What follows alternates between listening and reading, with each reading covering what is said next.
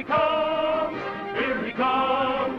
There's the trumpets, there's the drums, here he comes. Hop along, Cassidy, here he comes.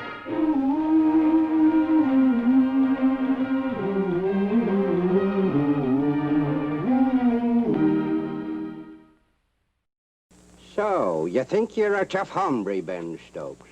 Well, you're facing a gent that's just twice as tough, just twice as fast with a gun. I guess you found that out, no? Andy Clyde replaced Britt Wood as Hoppy's comedic sidekick in Three Men from Texas, released in 1940. Suggested for the Hoppy movies by writer Norton S. Parker, Clyde started his film career as a comic for the Max Sennett Comedies Corporation when he was 29 years old. Put him up. I'm going to teach you something new. Come on, Pop. What's the matter with the shoelace? Oh. You see? Do you know it all, huh? A versatile makeup artist, he was known for playing crotchety old men, a role he'd eventually grow into. His transition to talking pictures had been a smooth one under Sennett, and he signed on to do comedy shorts for Columbia Pictures in 1934. These were so successful that he continued making them for the studio until 1956.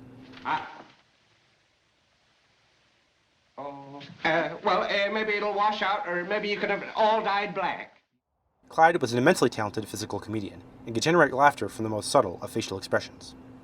He created his role for the Hoppy movies, California Carlson, himself, and stayed on as the series' comic relief until the final movie, Strange Gamble, was released in 1948.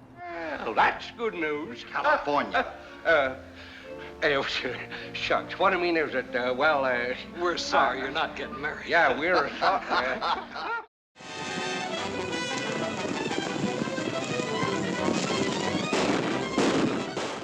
The first season with Clyde was one of the most consistent in quality since the early days of the series, but the following season, which went from 1941 to 1942, saw a marked decline. Russell Hayden left after the first two entries, and was replaced with Brad King. Sherman left Paramount behind, and went to United Artists as the new distributor for the series.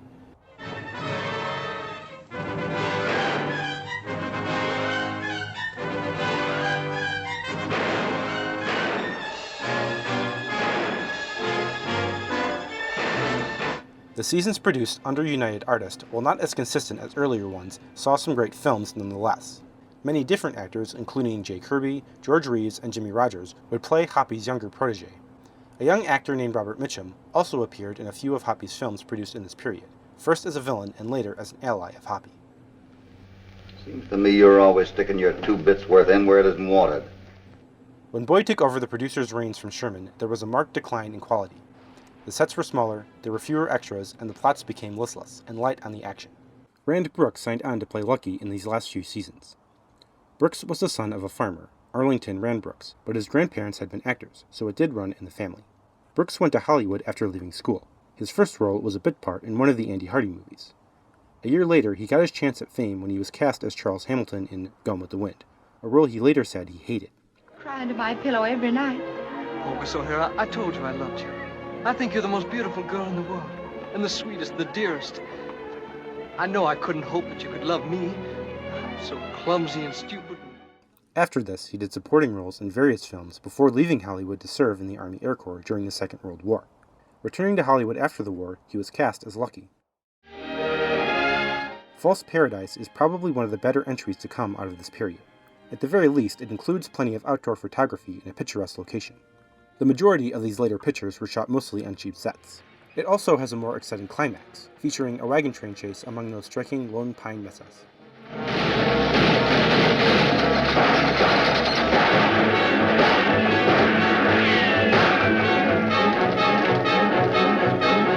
Boyd, of course, is great, as always, even if his age was starting to show at this point. Unfortunately, that's about all False Paradise has going for it. It's definitely light on the action. Up until the climax, the bad guys' efforts are rather non-lethal, and always ineffective. Can they get as much as they need in a week? Yeah, easy. They couldn't if there happened to be, say, a cave-in at the mine. No, not if there was a cave-in that took a week to clear out. The film is more focused on the silly comic antics between Professor Bentley and California, whose actual first name we learn here is Clarence. What did you say your name was? His name is Carlson. First name is, Now, please, Hoppy, please. First name is Clarence. Clarence! The plot revolves around the old professor and his daughter, played by Joel Friedkin and Elaine Ripley, respectively. who are tricked into buying worthless land by Bentley, a swindling land agent. When Hoppy discovers gold on their land, Bentley, along with corrupt banker Waddy, played by Cliff Clark, scheme to buy it back. Cassidy gets there and buy it back from the professor. He may not want to sell. I think Deal can help him make up his mind. There won't be no trouble about it. And remember, keep my name out of it. Sure. The discovery of the gold is not the only convenient plot point. When they try to create a cave-in at the gold mine, the bad guys end up clearing up some solid rock that was in the miners' way. All right, what happened? Instead of the explosion working to our benefit, it's opened up a brand new vein of silver. What? When they send one of their men to join the miners in order to sabotage their efforts, Hoppy follows him and finds out that Waddy and Bentley are working together. It seems that every time the bad guys try something, it ends up working out in the Larsons' favor. I thought you said you didn't hear anything last night. I didn't, but they thought I did. That's all that's necessary. It's not a terrible film by the standards of the series Western, but False Paradise simply doesn't measure up to the high standards established when Sherman was producing the series. Oh, there he is with California. Now look, Crazy.